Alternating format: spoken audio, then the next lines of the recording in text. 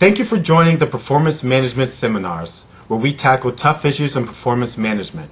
My name is Victor Holman, and I am the CEO of Lifecycle Performance Professionals. We've all been in situations where one business unit or support group points fingers at another and vice versa when a critical process fails. Well, today we're going to discuss an important issue that most organizations face, and that's breaking down functional or departmentalized thinking and creating streams of information that flow across multiple support groups. You see, organizations use business units and departments in order to differentiate the various support groups and functions which drive their business.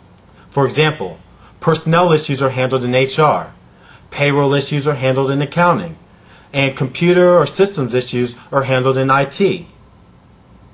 Most organizations have a significant business intelligence investment. Research has shown that a lack of business intelligence can cost an organization on average $478,868 a year. Wow. See, the problem is systems are built around functional areas rather than built across enterprise processes. For instance, marketing only collects information that is required to get their product on the street, and sales only collects information about prospects and customer leads and lead conversion. Whereas customer service, they really are only interested in customer issues and how they resolve them and how well they resolve them. Well, in reality, business processes are streams of activity that flow across multiple functional boundaries. And if you have functional boundaries, the result is functional thinking that goes throughout the organization. So, what are functional silos? A functional silo, in this case, is a division or management system incapable of reciprocal operation with another related division or management system. See, the problem with organizations that are trapped in this siloed mentality is employees rarely study how their function contributes to the larger business process in which their function supports. Now, as a result, these organizations have limited knowledge on their processes and often do not properly identify their core processes. This is a major pain point in many performance management initiatives. Most major processes require support from multiple functional support groups.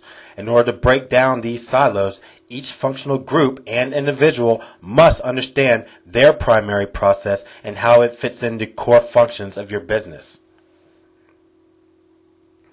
In order to successfully measure the performance and efficiency of these major processes, we must first understand which groups are responsible for handling these processes and what their responsibilities are. Second, we must understand the handoffs of responsibility, that is, when and how the process gets transferred from one group to the next group. And thirdly, we must develop requirements for each responsibility within the process. For example, let's take a purchasing process.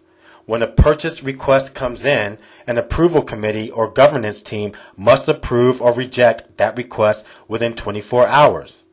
Then, the purchasing department must place the order within 24 hours.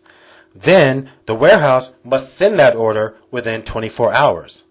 See, once we understand this, we can say that the purchasing order, if approved, will be shipped within 72 hours.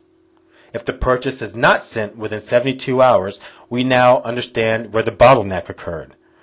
Ultimately, if this happens on multiple occasions, the responsible group or groups will have to revisit their sub-processes. Success breaking down functional thinking depends largely on how well the performance management team involves functional support group management and key members, and how well these sub-processes are identified. Breaking down functional thinking is key. The important aspect is developing the proper communication channels throughout the entire organization so that when dependencies and cross-functional processes are identified, points of contacts will be established and each group will be responsible for ensuring that their staff understand their contribution to the larger multifunctional process and organizational goals. Now, an effective method for identifying and managing these processes is by creating cross-functional flowcharts. Cross-functional flowcharts break processes down into sub-processes, and it shows the relationships between process steps and functional units. You should use cross-functional flowcharts to capture the flow of a process from department to department, or to show how a process affects different functional units within your organization. You can present any cross-functional process either vertically or horizontally. A vertical layout places slightly more emphasis on the functional units, while a horizontal layout emphasizes the process. In a horizontal layout, bands representing functional units run horizontally across the drawing page, highlighting the process.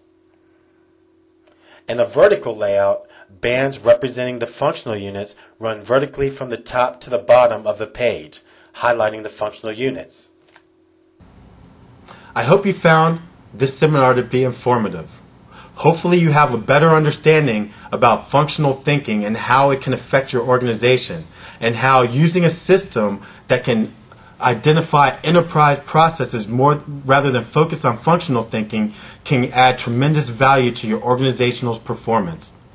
I encourage you to look at some of our other seminars so you can get a better understanding of lifecycle performance management and how it can drive your organizational performance and transform your organization to a high-performing organization.